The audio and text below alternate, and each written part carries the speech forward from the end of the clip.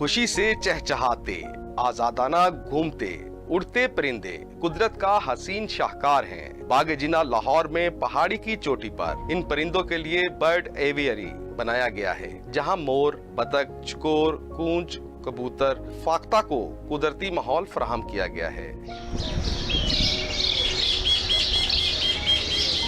बाग जिना में पगडंडी नुमा सीढ़ियों से आप बर्ड एवियरी तक पहुंचते हैं, जहां खुशनुमा रंगों के मोर आपका इस्तकबाल करते हैं। कूंज की उडारी खुशगवार हैरत में मुब्तला कर देती है। बर्ड एवियरी की देखभाल PHA लाहौर की जिम्मेदारी है। परिंदों की खुराक और ब्रीड का मुकम्मल ख्याल रखा जाता है। 150 से ज़्यादा यहाँ पे बर्ड्स हैं और मुख्तलिफ इनकी स्पीशीज़ हैं।